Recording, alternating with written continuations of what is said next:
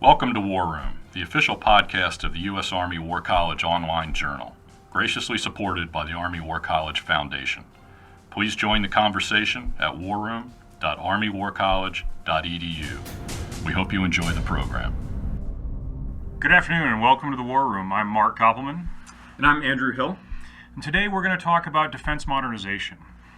You know, Andrew, in the modern history of the U.S. military, really post-World War II, we've had a challenge, I think, with how we look at defense modernization and how we look at the systems that we choose to buy. Probably since World War II, we haven't been able to buy everything that we want.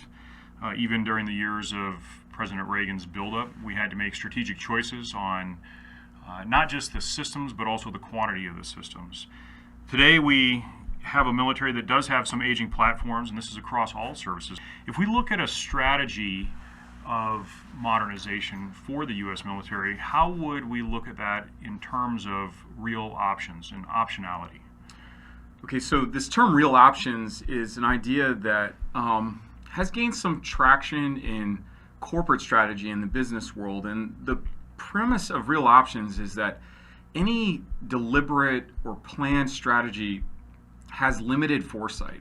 The competitive environment has a tendency to change, and our investment decisions at any given time may be the wrong ones. So a real options approach tries to still sort of force decision makers to make choices to create opportunities, but preserve future choice in the event that our current decisions are either wrong or maybe just incomplete. So for example, I'll just give an example of a manufacturing firm. So manufacturing firm launches a new product, and they have a sense of what the market for that product is going to be, and the thing is a huge hit. And the problem a firm might have in that case would be that they can't make enough of them in enough time. A real options approach would have led those decision makers to look at the market and say, okay, here's what we think demand's going to be, but we're going to purchase some manufacturing capacity at a partner which we could buy if needed. So we pay some kind of a premium now, and we could essentially rent that manufacturing capacity in the event that we need it without having to own that all the time when it's not used, which is expensive. The obvious analogy to the military is that, say we have $100, to spend on stuff for the military. Well, we could spend all $100 on equipment that is currently used and give it to all the soldiers. Or we could take some of that money and maybe, invest in the option in the future to buy more of a different thing in the event that it's needed. Essentially kind of like having something on the shelf that we could use. We're not sure that it's going to be valuable now, but we have a sense it might be useful in the future. And so what options represent is the ability to manage risk by allowing you to participate in some future upside while limiting your downside. And for the military, so what are the risks that we're really concerned about from a modernization standpoint? Number one is that we buy a bunch of stuff that ends up being like the wrong thing. We just never use it. So we fully field some piece of equipment and we never use it.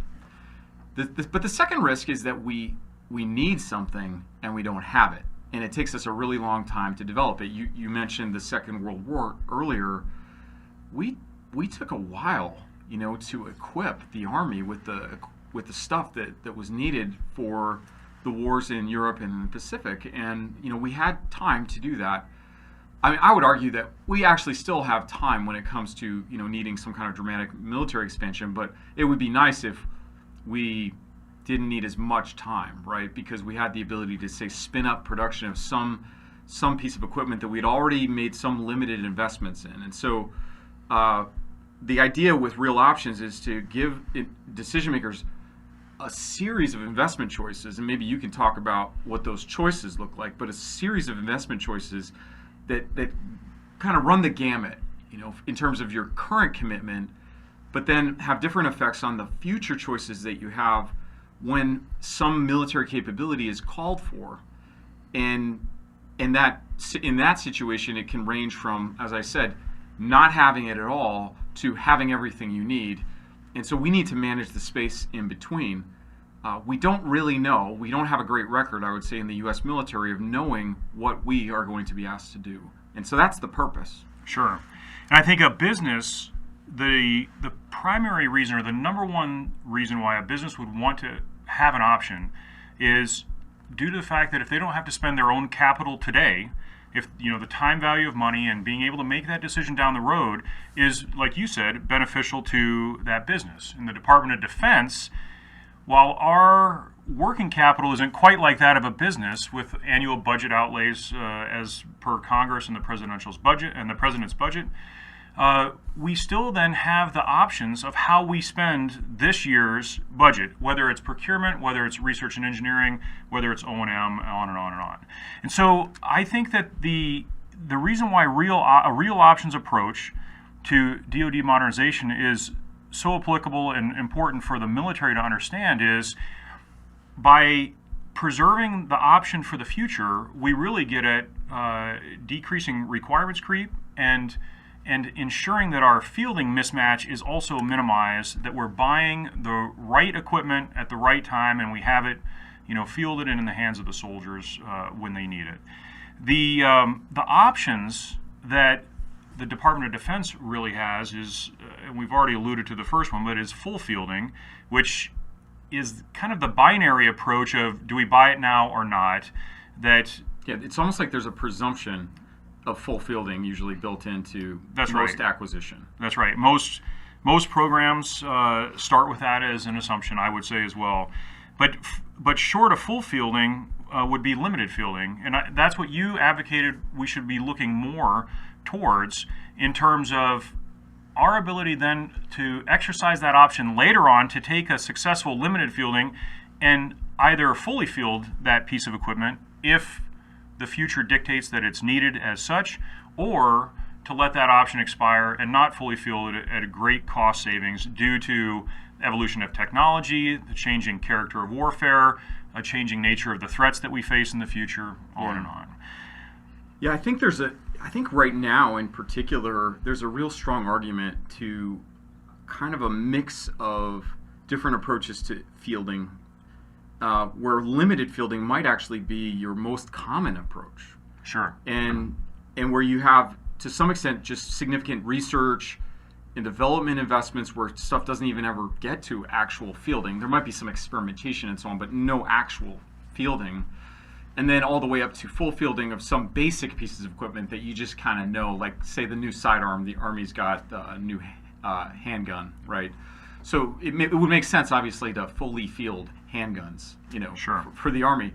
But so what is it about the environment that might make us favor these approaches? Number one, I think there's a great deal of uncertainty right now about the operational demands on not just the U.S. Army, but all of the Joint Force.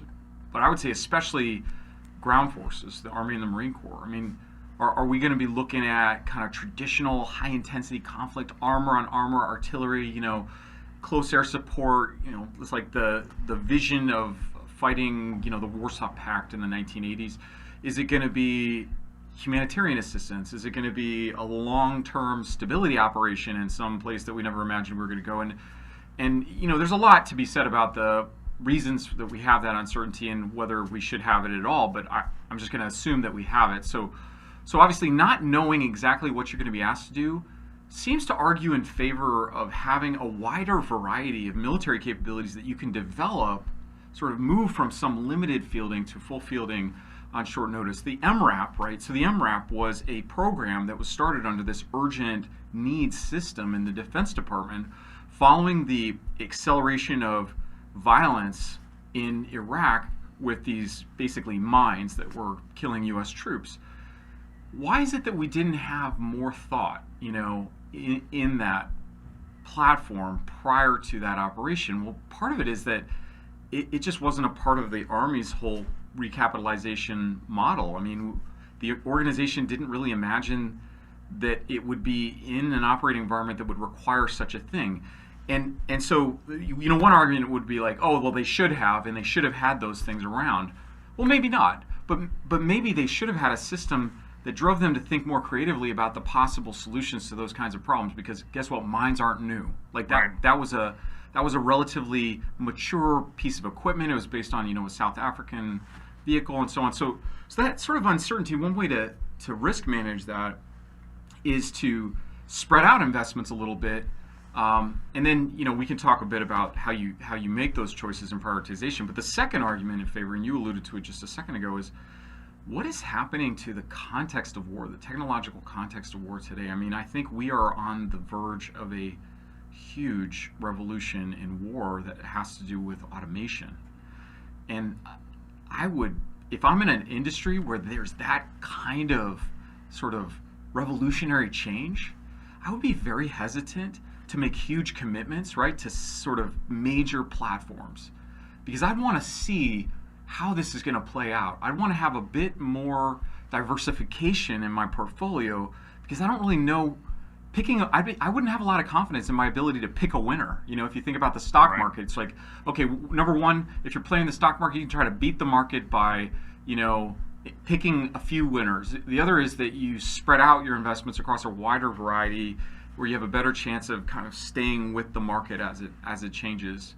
Your winners and losers are more likely to mimic the actual market dynamics. So I think those two things, sort of just the general uncertainty about the missions that the organization will have to fulfill, and the second is this automation revolution, I believe argues in favor of what you guys have developed in this options-based approach. I think that automation revolution also gets at the fact that we're going to be faced with adversaries who are spending much less money on their defense than we spend. Yeah. And so it's not, like you alluded to, it's not going to be a tank-on-tank battle in the future, but maybe we learned the incorrect lesson from Desert Storm, and maybe our adversaries learned a very powerful lesson from Desert Storm, that it would be very tough for them to go toe-to-toe with the United States in combined arms battle. Which is like, for the Army, that's our market. Right? That's like our core market. Why go after us in our core market? That's right.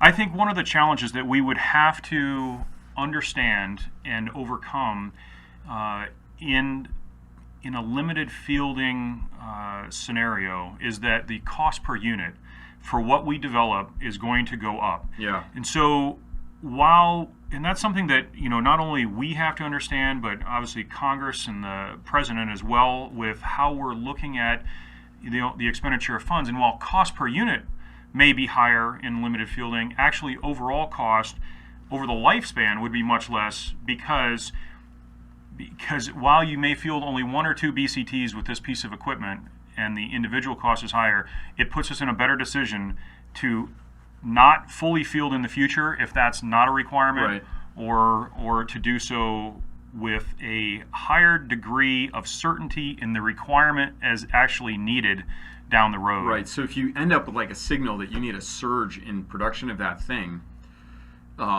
you'll be much better prepared to do that if you fielded it in some numbers.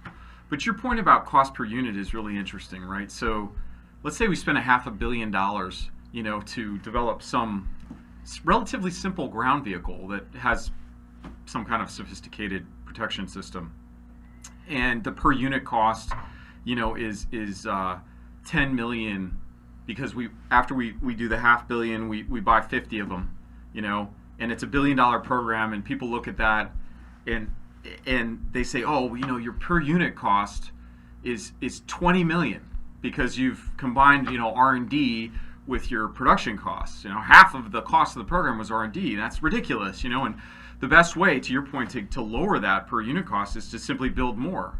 I mean, the more we build, the lower the per unit cost. And eventually, it's going to, experience curves. The contractor will get better, and ideally over time, all right. Well, but what's the dark side of that, right? So the dark side of like the decision to kind of go all in on something is our expectations about the service life of the platform. We tend to blow that out because this is a massive investment. I mean, this is the next generation aircraft, the F-35. I mean, our expectations are that we're going to have that thing for decades, right? Okay, so if we have it for decades, how are we managing risk in terms of what is required to do? You talked about this earlier, the requirements creep. Why do we keep throwing more requirements on these platforms? It's because of how much we're committing to the platform over multiple decades in many cases. So the other thing that limited fielding does is it actually sort of lets the organization say, this is what we're buying right now. And this is the capability, the requirement that we need for this capability right now. We have the option to buy more in the future, and maybe with a slightly different capability. But our tendency to throw more stuff into that when we're making more limited purchases, and our expectation that those decisions aren't going to be quite as enduring then as if we did like the full investment, it kind of frees us. I mean, this is our hypothesis, is that it might free us a little bit from that destructive tendency we have to keep throwing things in, because by golly, by the time that thing goes to full rate of production, I mean, it has to be able to do everything that we ever imagine it's going to do, over the next 15 to 20 years. Obviously, we do, modernization of platforms and things, but I mean, we really, that problem is, for our listeners who aren't familiar with, the Defense Department, the term for this is requirements creep, where it's like adding just layer upon layer of stuff that a thing needs to do, and over time it just becomes totally you can no longer see in that platform what it was originally meant to do. Right. The embodiment of the movie Pentagon was. Yes, that's right. When they're talking about the Bradley. So, and while this was not an intentional limited fielding, I think a way to look at the success of this, or the potential success of this, is with the F-22. Now, while the F-22 was not a limited fielding from the get-go, when it was canceled by Secretary Gates, it effectively became a limited fielding. And while the F-15s that it was going to replace are still going to meet either airframe life cycle replacement hours, or they can also meet a replacement requirement due to sustainment and maintainability as well. What the Air Force is proposing just recently is that the F-15C and D models, be replaced by new-built F-16s. So this became a really interesting, where we did a limited fielding of F-22s, and then the rest of the requirement is fielded out or filled out with a high-low mix between the F-22 and now new-built F-16s. So, and I'm assuming, actually, on top of that, that the new F-16s probably incorporate some technologies that really came a long way in the development of an F-22, right? I'm sure. I mean, in next generation air interceptors have more advanced missiles, more advanced targeting systems. They facilitate extensions of the life in sort of more subsystem modernization with existing platforms. But yeah, we do. You're right. We do this. We do this already, but it's rarely intentional that we do it. And one of the reasons why we don't really feel very comfortable with these intentional kind of partial investments in equipment is our commitment to readiness.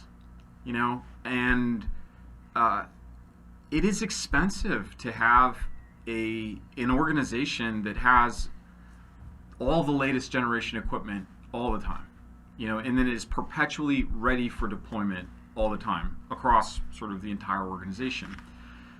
And there is another way, right, to use money in the military, another way to build force in the military, and that is having the ability to, have some limited current operationally ready force, but have a significant part of the force that is at a lower state of readiness, but has this mix of relatively modern equipment that it's learning from, and where we've invested in essentially an industrial base that can then expand more rapidly when we do need that stuff for an operation. So, oftentimes we describe the decision about the Army as like, well, we can have an Army that's really big and that we spend a lot of money on, or we can have an Army that's small and we don't spend a lot of money on. Well, or you could have an Army that's sort of relatively small, but that you're spending just as much money on, because you're using some of that savings from current readiness to buy preparedness for future conflicts. Right. And what you're really getting at is risk. Right. You're talking about we're trying to, perhaps we're trying to minimize risk today through readiness. Yes. But we're mortgaging risk tomorrow by a lack of modernization today. When really, if we manage today's risk, we could actually decrease tomorrow's risk with a strategy of real options in terms of modernization. And at the platform level, so when we say platforms, we mean like, what people would typically think of as vehicles and things like that. But at the platform level, the Army and the other services as well have major modernization needs now. So it's not like when we're not investing now, we have a bunch of brand new, pristine, wonderful equipment on the shelf right now, and so we can take risks there. We do have good stuff, but a lot of those platforms are quite old, and there has been modernization within platforms. But this kind of gets back to our discussion earlier about sort of automation and the changing nature of the battlefield, and I think we are increasingly at risk that in some sense, like, war is passing us by. We're sort of ready for a certain kind of conflict, but for adversaries who are truly innovative, I believe the longer we put off real significant system level modernization, the more at risk we are to having some nasty surprises. Sure. And while we're getting to the end of this podcast, I think the one other concept there is really time, right? I mean, and that's how we look at risk. We're geographically situated in a part of the world where we have good neighbors, oceans to our east and west, and the United States really fights wars of choice. And even if it's maybe not a war of choice, the timing is still our choice. Yeah. And so I think this all plays into how we look at modernization and perhaps changing the strategy of how we modernize our military today. Yeah, I mean, if you can control the clock, you can take a lot of risk now, right? Because what do? It's like once you get a signal that something's up, you kind of tell them, okay, hold while we get ready, and then you get ready with exactly what you need. In some sense, that was the Second World War for the U.S. military. I mean, we did have forces in being, don't get me wrong, but we used the clock to our advantage. Obviously, the Soviets helped us in Europe with that, but and increasingly, that's not an argument you hear used much.